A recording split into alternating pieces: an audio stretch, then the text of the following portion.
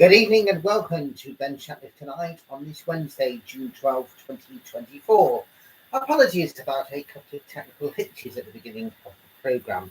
I'm only walking to some music and I was already there, I had to walk out and come back on again. Tonight's programme is going to be discussing Reform UK. I try to use a nice British tune of Jerusalem, kind of England's green and pleasant land. I tried to go for something which is kind of retrospective to each of what we're discussing each particular evening. I'm not saying that Jerusalem is endorsing Reform UK or I'm endorsing Reform UK or anything like that, just going there just along that kind of force. So in a few moments we'll be having a look to see about Reform UK, the history and various different things like that. We'll also be taking a look at the news stories affecting us from the ITV News and Sky News app as well this evening. But I just want to issue an apology first of all, because initially I said we're going to be live each evening at 7:30. I moved the programme forward this evening because of course there was the big debate on Sky News between Rishi Sunak and Sir Keir Starmer. That started at 7:30, but I didn't realise is that ITV had moved their interview with the Prime Minister, Rishi Sunak, to 7 o'clock. So I apologise for going head to head with the Prime Minister and also head to head with ITV as well. I do apologise, but we did also have to find a way of scheduling our programming as well, because I did promise and I wanted to commit to the fact that we're going live 5 consecutive evenings this week. Right. Okay, so before any of that, so we are discussing Reform UK this evening.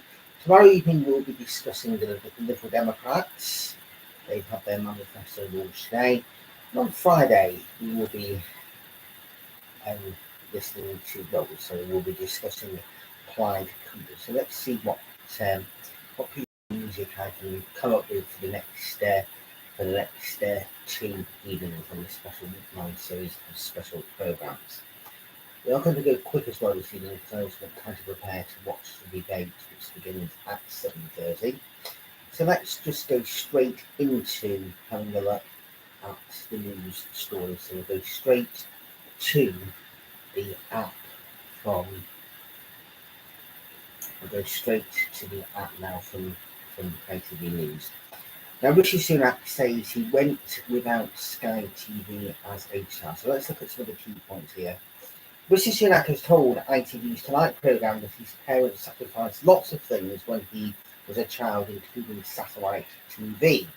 Speaking to ITV News UK editor Paul Brand as part of a series of interviews with party leaders in the run-up to the general election, the Prime Minister was asked about his wealth and whether there was one thing he had ever gone without. My family emigrated here with very little.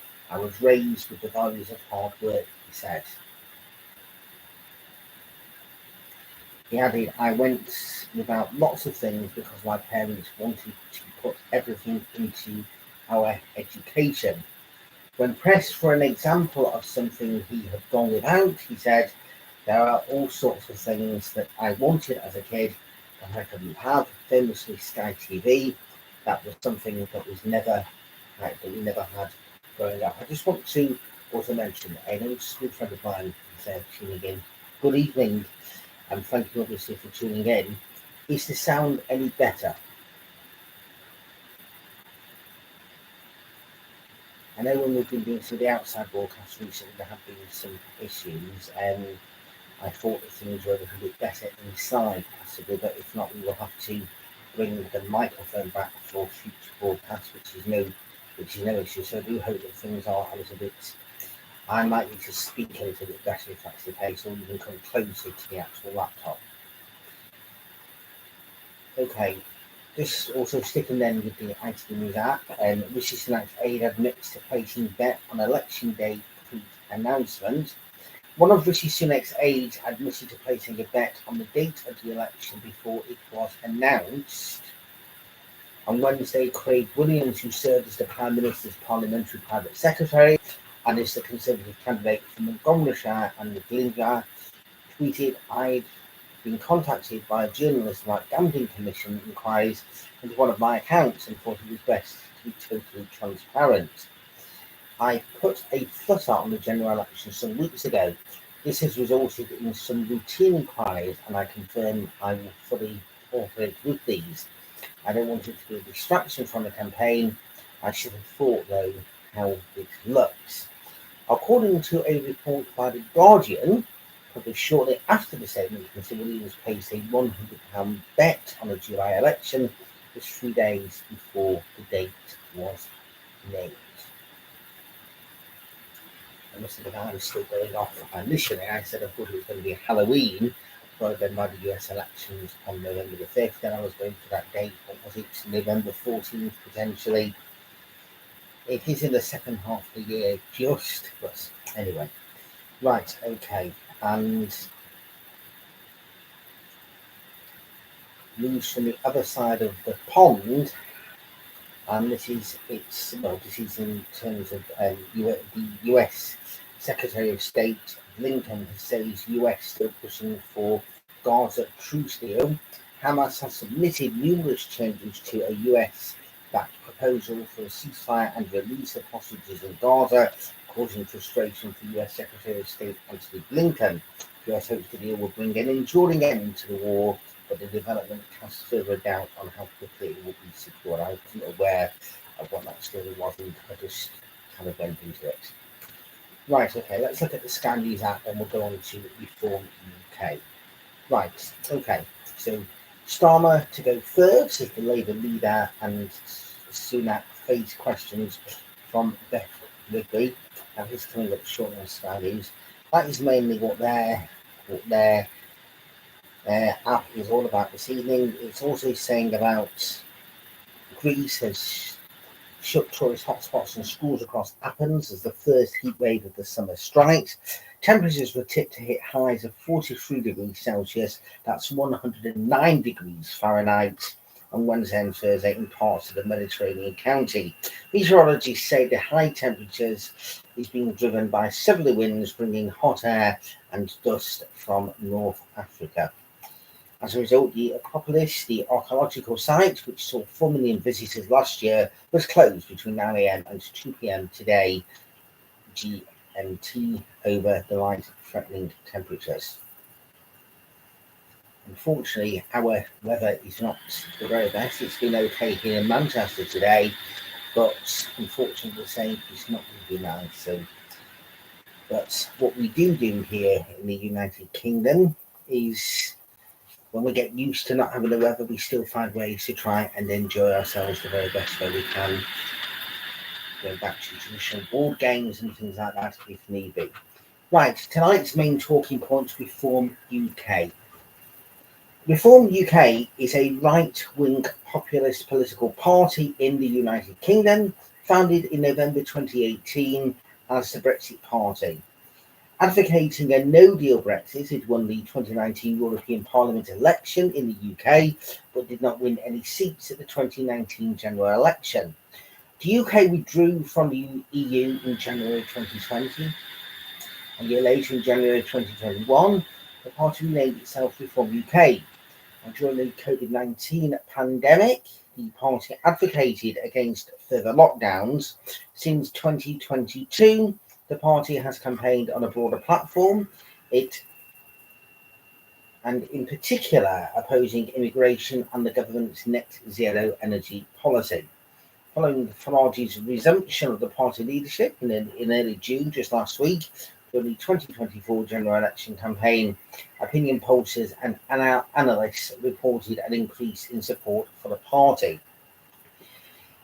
Now, Nigel Farage had been the leader of the UK Independence Party, UKIP, a right-wing populist, political and Europe-sceptic party, in the first half of the 2010s, and returned to frontline politics as leader of the Brexit Party during the lengthy Brexit processes and after the 2016 EU membership referendum, which had been called partly in response to UKIP's influence.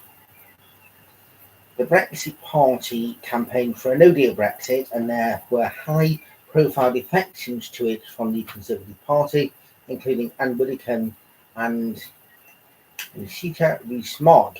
Following the election of foremost British Brexit campaigner Boris Johnson as leader of the Conservative Party, Farage offered him an electoral pact at the 2019 general election, which Johnson rejected, but the Brexit Party decided unilaterally not to stand candidates against sitting Conservative MPs. It did not win any seats at the 2019 general election.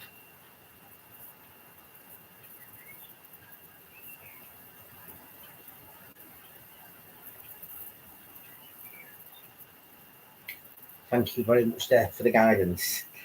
Now, in May 2020, the British exit from the EU having taken place, the party focused on the reformation of British democracy, and a name change from Brexit Party to Reform Party was proposed. The COVID-19 pandemic began in the UK in 2020, I think we all know that, and the Conservative government imposed a series of national lockdowns. Farage rebranded the party as Reform UK around the end of the year and focused on anti-lockdown campaigning. Farage stepped down as leader in March 2021 and was succeeded by Richard Tice. Lee Anderson, who was elected in 2019, was a Conservative MP, defected to the party in March 2024, becoming the party's first and only MP. And in the press conference on June 3rd, 2024, Richard Tice announced that Nigel Farage will become leader once more, with Tice continuing as chairman. Okay, not quite all in one breath, but that's the story of Reform UK. Okay, so far this week we've just read, looking into SNP, the Scottish National Party. Their manifesto is being launched next week. Last night we looked at the Green Party, their manifesto launched today. Tonight we've looked at Reform UK. And we will discuss the two main parties, Conservative and Labour, of course, in due course as well. And also what I'm going to do, I'm not going to be telling you who I'm going to vote for during this election, I'm going to be perfectly honest.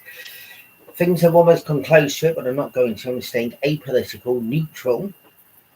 But one thing I will do, though, over the course of the next few weeks, I'm going to say some policies and some thoughts that I myself would like to see from whoever is going to be running the country in 3 weeks' time, whether it's sort of Conservatives, whether it's Labour, or whether anything at all happens that could be extraordinary from an election result. Anything can happen. It's still quite easy, but I'm still going to go with a majority of 5 for the Conservatives as it stands at the moment. There's tonight's debate. There's still 3 weeks to go. People can sometimes turn things around and also can sometimes turn things down. That's what happened in 2017 when it looked at the beginning as if Theresa May would win the election with a massive swamping majority, but ended up where they needed to have a deal with the DUP from Northern Ireland because they had a shortfall of 10. So it will be interesting, of course, in 2019 there was no coalition leader because there was a whopping majority of 80 from Boris Johnson. And don't forget as well that 2015, when in the end it ended up being a small majority for David Cameron, people were thinking before then, was it going to be a coalition? I remember saying to a friend of mine who I worked with at the time, saying, is it coalitions now? Is this how it's going to be going forward? That it's just going to be coalitions? We don't know. And there was, those polls in 2015 were all over the place. It was looking at one stage as if it was going to be the SNP and Labour forming some kind of a coalition or something, even though Ed Miliband at the time would not admit to doing anything. He kept saying no, but Nicola Sturgeon was saying yes. It was looking all over the place, and still the Conservatives managed to get that surprise majority. So we will just see exactly what the situation will be in 3 weeks' time. It's getting closer. Right, okay, that is it for tonight. I hope I will try and do something to improve the sound. I am planning, or was planning, to be at Media City on Sunday for a special edition of Ben Shatliff on Sunday. However, I'm also aware about the fact that there is another event going on at Media City. So I just want to, before I give a confirmed announcement of going to be at Media City on Sunday, I just want to make sure, first of all, that there will definitely be room for myself, and if anybody else wants to come along as well. We'll give you more on that as the week goes on. We'll finish with Jerusalem, just something nice just to end with. Thank you to everybody for joining us this evening. I hope you've enjoyed Shatliff Tonight. The more we do of this, the more people watch, the more people subscribe, the more people like, the more we'll now be able to do more things where there won't be any issue with sound because we can actually get a proper studio together and not just a laptop doing it. For watching Shatliff Tonight, it's Wednesday, June 12, 2024. Good night, God bless, and thank you for watching. Good evening.